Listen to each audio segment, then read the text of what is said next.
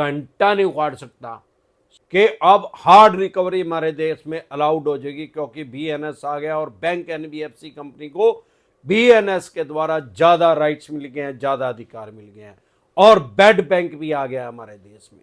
साथियों, इन उठाई गिरोह से डरने घबराने की जरूरत नहीं है। ऐसा कोई विषय, कोई टॉपिक नहीं है जिस पे अमरदीप कादियान ने वीडियो नहीं डाल रखी है।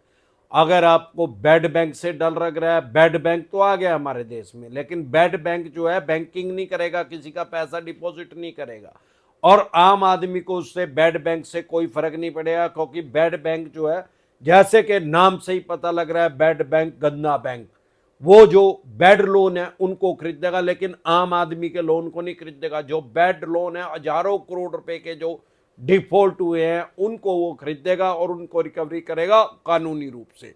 ये बेड बैंक का कॉन्सेप्ट विदेशों से आया है, हमारे देश में बेड बैंक पहले नहीं था।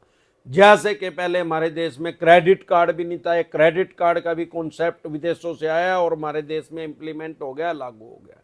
तो डरे घबराए नहीं। बेड बैंक के बारे में ज्यादा जानना है तो बेड बैंक डिसेंट्रलाइज्ड लिख के वीडियो देख लीजिए। अब सवाल ही आता है कि आप एक बेसिक बात समझें भाई, आईपीसी और सीआरपीसी जब से हमने जन्म लिया है तब से ये ही कानून हमारे देश में था, आईपीसी और सीआरपीसी।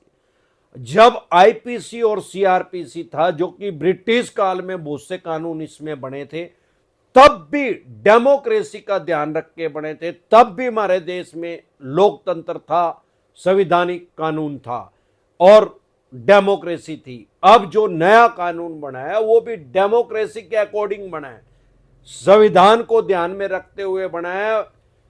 मेन बात ये आप समझ लें, ये ना सोचे कि बीएनएस जो आ गया है वो उसमें लोकतंत्र को खत्म कर दिया गया। वो लोकतंत्र को मद्देनजर रखते हुए ही बीएनएस का निर्माण हुआ है और आज की डेट में बीएनएस जो है, क्योंकि ब्रिटिश काल का काला कानून खत्म हो गया, तो भारतीय नागरिकों को ध्यान में रखते हुए, उनको मद्देनजर रखते हुए उनकी फेवर में ही बनाया गया, क्योंकि ब्रिटिश काल में जो कानून बने थे वो तो इस हिसाब से बने थे कि अंग्रेजों का तो उसमें फेवर हो रहा था और भारतीयों का उसमें कोई फेवर नहीं था। लेकिन अब वो काले कानून हट गए। अब जो ये चवन्नी छाप उठाई करे लोगों को बता रहे हैं, डरा रहे हैं कि अब हार्ड रिकवरी होगी। हमारे देश में हार्ड रिकवरी अलाउड ही नहीं है।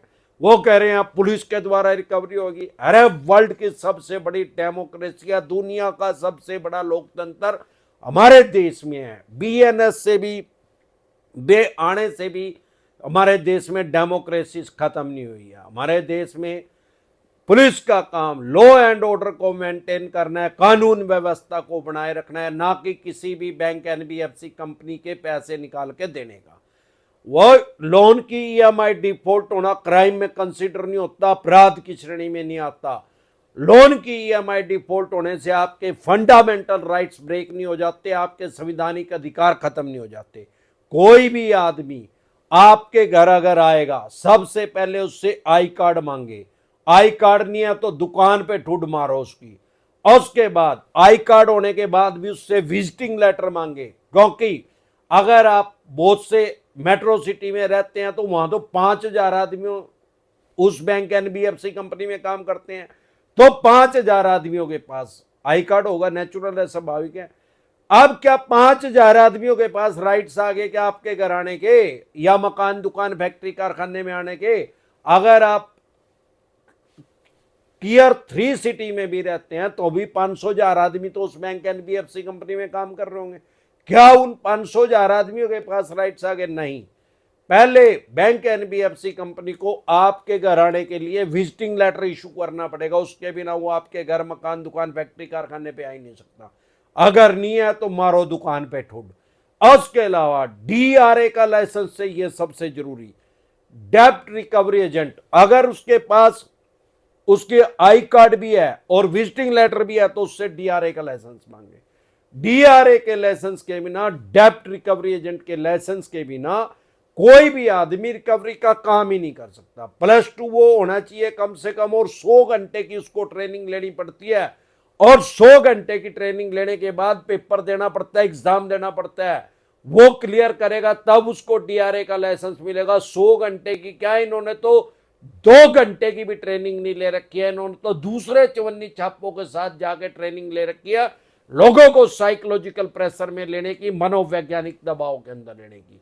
अगर इनमें से एक भी चीज कम है तो इनकी दुकान के अंदर पेट्रोल के कोटर लगा दो, टैंक पे अगर पेट्रोल के कोटर नहीं है तो थोड़ा लेटर बॉक्स के अंदर पेट्रोल डाल दो, इनका बोर खराब कर दो टाइगरों का। हुक्म की तामील हो, डरे घबराए नहीं, अपने राइट्स और अधिकार जान ले। ऐसा हमारे देश में कोई कानून नहीं है, ना ही कोई आएगा, क्योंकि हमारे देश में वर्ल्ड की सबसे बड़ी डेमोक्रेसी है। यहां कोई तालिबानी कानून लागू नहीं हो सकता। तालिबानी कानून इन उठाई गए चवन्नी छापों ने इंप्लीमेंट कर रखे हैं, लागू कर रखे हैं, क्योंकि लोग अवेयर नहीं है, जागरूक नहीं है, उनको अपने राइट्स नहीं पता, अधिकार नहीं पता।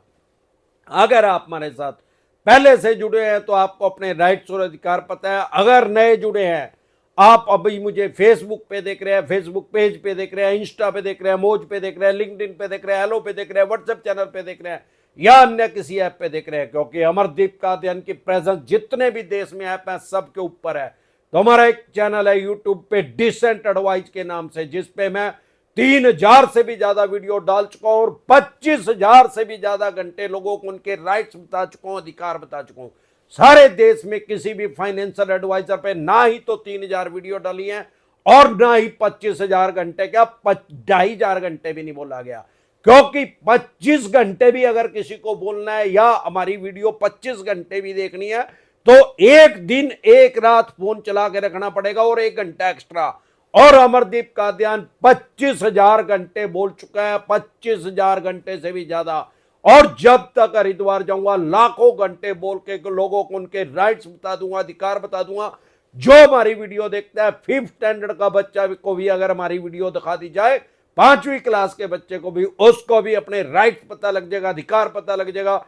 हमने जो लोन से रिलेटेड लॉ है, जो कानून है लोन से रिलेटेड, उसको इतना आसान बना दिया है कि 5वीं क्लास के बच्चे को भी वो समझ में आ जाएगी। एक बार जोर से मिलकर नारा लगाएंगे, अगर पुराने हैं तो आप समझ ही गए होंगे, नए हैं तो बता देता हूं साथियों। हमारा जो नंबर पिछले 4 साल से चला हुआ था हर ऐप के ऊपर, वो किसी टेक्निकल इश्यू की वजह से वो ब्रेक हो गया है, बंद हो रहा है, उसमें व्हाट्सएप मैसेज नहीं आ रहे हैं।